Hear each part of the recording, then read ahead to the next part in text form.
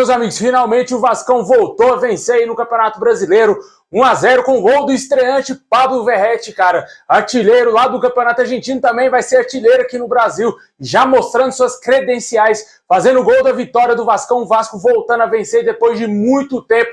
Vamos falar bastante aí do que foi esse jogo importante, essa vitória muito importante contra o Grêmio. Mas antes de começar o vídeo, já sabe, né, cara? Deixa o likezão aí, clica no gostei se você... Clica aí no like para o YouTube recomendar para mais vascaínos entender que realmente você está gostando dos nossos vídeos. Ativa o sininho das notificações, se inscreve no canal se você não está inscrito por aqui. Chegou de paraquedas, se inscreve aí para ajudar a gente a chegar a 200 mil inscritos nesse ano de 2023.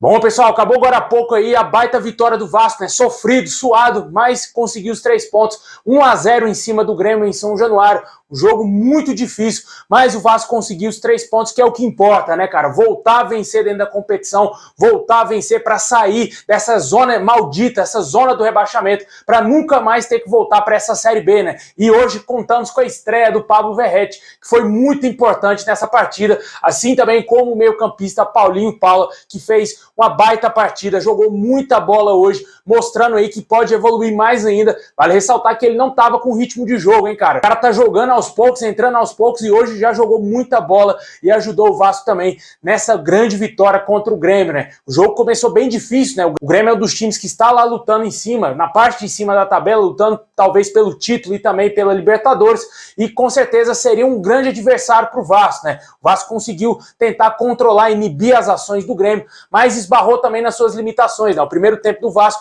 o Vasco deu muito espaço para o Grêmio chegava com uma qualidade muito superior à do Vasco, o Vasco fazia um esforço gigantesco para tentar atacar o Grêmio, tanto que finalizou pouco no primeiro tempo, só que mesmo assim o Vasco, diferentemente dos últimos jogos, conseguiu segurar bem, né? Não saiu perdendo aí no primeiro tempo, não tomou um gol do Grêmio, e isso foi fundamental para que o time mudasse a sua postura no segundo tempo. Talvez se o Vasco tivesse tomado um gol do Grêmio, a postura seria totalmente diferente, o Vasco estaria bem mais nervoso, talvez não teria chegado ao gol da maneira que chegou na partida de hoje. O Vasco teve paciência, conseguiu envolver o adversário. Teve uns momentos ali no segundo tempo que o Grêmio não conseguia pegar na bola, né? O Vasco conseguiu ter um amplo domínio ali, ter uma boa posse de bola, mas não conseguiu traduzir em gols, né? No início do segundo tempo, o Gabriel Peck perdeu uma chance inacreditável, né? Quando eu vi o Peck perdendo aquele gol, eu quase quebrei a televisão, mano, porque tá de sacanagem um jogador profissional perder um gol daquele. Tudo isso porque ele não treina chute com a perna ruim, né, cara? Não sabe chutar com a perna direita. Ele acabou perdendo aquele gol feito, né? Ali era pro Vasco ter feito o gol, ter dado uma tranquilidade maior para nós, torcedores,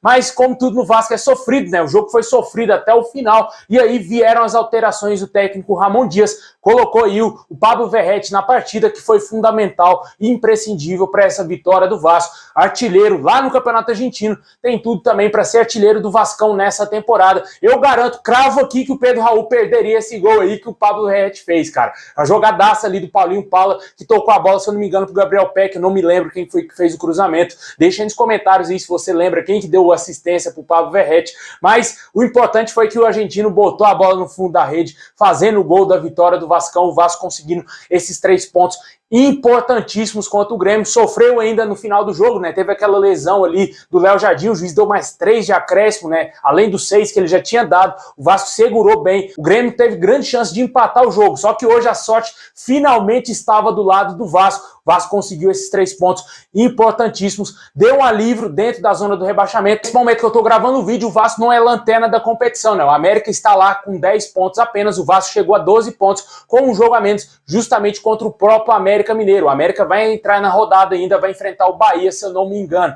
Um jogo muito importante que o Vasco tem que ficar de olho aí, porque o ideal nesse jogo entre Bahia e América Mineiro, o ideal seria um empate, né? Tanto para nenhum se distanciar tanto do Vasco, no caso do Bahia, e também o América Mineiro não ultrapassar novamente o Vasco, e o Vasco assim voltando para a última colocação, né? Vale lembrar o torcedor que o Vasco não joga no próximo final de semana, e sim na próxima segunda-feira, sem ser nessa segunda, na próxima segunda-feira, fora de casa contra o Red Bull Bragantino, fechando assim o primeiro turno do Campeonato Brasileiro, claro, sem contar o jogo a menos aí contra o América Mineiro. Logo após esse jogo contra o Red Bull Bragantino na segunda, o Vasco terá pela frente o Atlético Mineiro, jogará contra o Palmeiras, enfrentará o Bahia fora de casa e depois o Fluminense. Jogos complicados, jogos difíceis aí pro Vasco, uma tabela muito ingrata. Com certeza o Vasco tem que estar focado, né? conseguir pontuar fora de casa, e São Januário tem que ser obrigação conseguir os 3 pontos. Ainda depende da justiça, aquela situação lá, para ver se vai voltar a ter torcida ou não em São Januário. São Januário segue interditado. Caso continue interditado o nosso estádio, o Vasco vai ter que mandar a sua partida para um outro estádio fora do Rio de Janeiro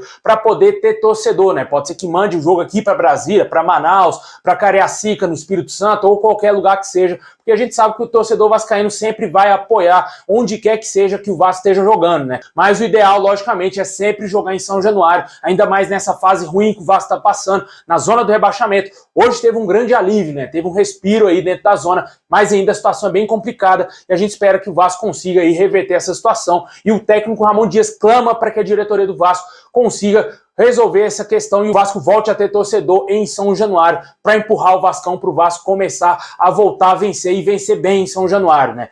Deixa aí nos comentários o que você acha da situação do Vasco no Campeonato Brasileiro, o que você achou dessa grande vitória do Vasco, quem para você foi o craque do jogo. Sem dúvida nenhuma foi o Pablo Verratti, né, cara? O autor do gol da partida, gostei muito do Paulinho Paula, jogou muita bola, cara, jogou muito mesmo. O meia que o Vasco não tinha há muito tempo, e não é aquele clássico camisa 10, ele é um meia atacante, mas fez uma função hoje muito importante no time do Vasco e ajudou bastante aí a gente a conseguir esses 3 pontos. Deixa aí nos comentários o que você achou dessa grande vitória do Vasco e o que você espera para a sequência aí da temporada, né? Como eu disse, vai pegar o Red Bull Bragantino na próxima segunda-feira.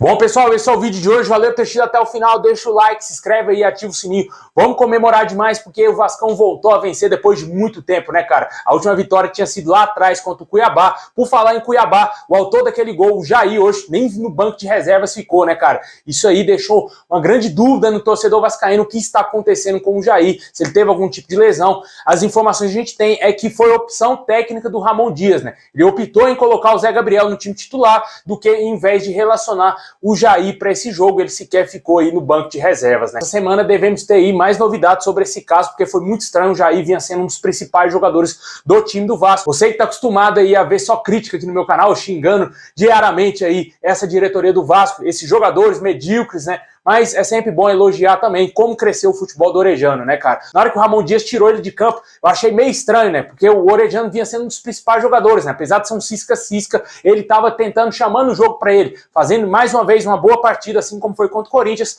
só que dessa vez o Vasco conseguiu vencer, que valorizou mais ainda a atuação do argentino. Na minha opinião, ele tem tudo para crescer com a chegada do Ramon Dias e vamos torcer para que, enfim, ele deslanche com a camisa do Vasco e que faça jus ao investimento pesado que o Vasco fez lá no início da temporada.